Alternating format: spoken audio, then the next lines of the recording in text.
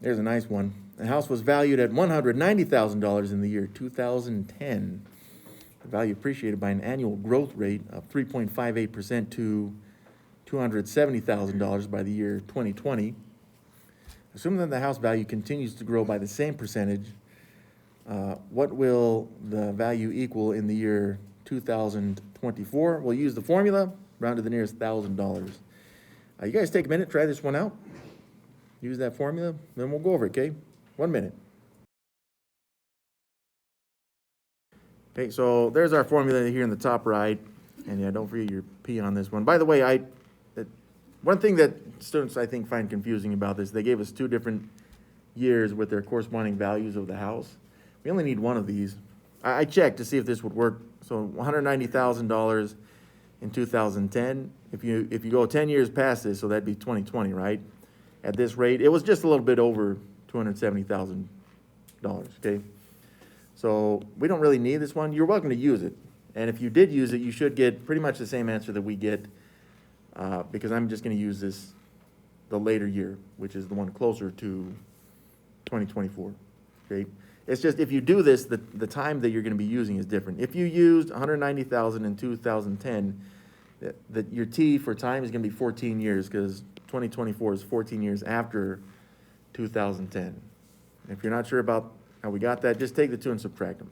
2024 minus 2010. That's how many years has passed, 14 years. So like I said, you should get the same answer. Actually, I'm kind of interested to see if that would be the same answer. Yeah, just from putting that in the calculator, you see if you used 2010 and $190,000, again, that's 14 years. Our number's just slightly off, and that's okay, because Canvas has, it's an interval to use there. And like I said, if you had used 190,000 2010, 10 years later, it was just slightly more than the $270,000. That's why if you use this first year, it's just slightly higher than what we may end up with when I use this one, okay? One of the most common mistakes we see on this is where the rate, 3.58%, it already has a decimal.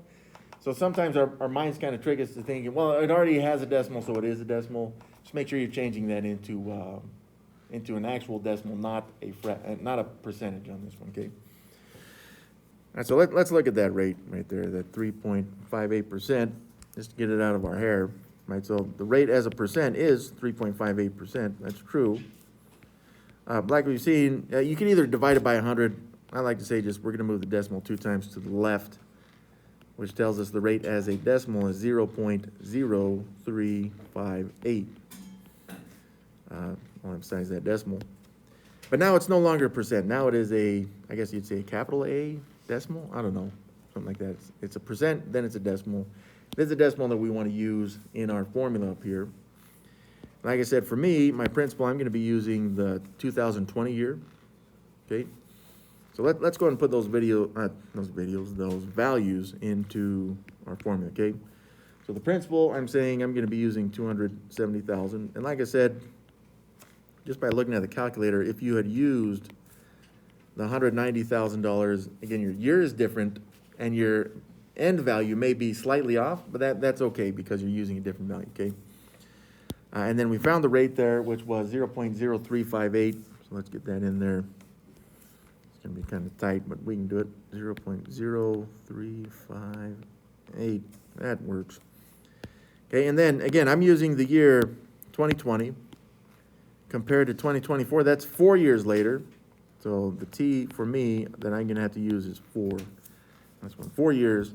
That's my exponent.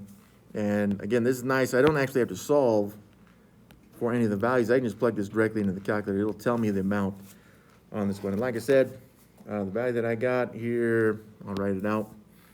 Yeah, I apologize. I was looking at the wrong number there. So again, if you had used 190,000 from 2010, your time is 14. That's when I got the $310,896.83. But since I went back and used the $270,000 from 2020, I got this slightly different number, which is still okay. Like I said, Canvas will know that you use one or the other, and that's okay. These two answers should be good.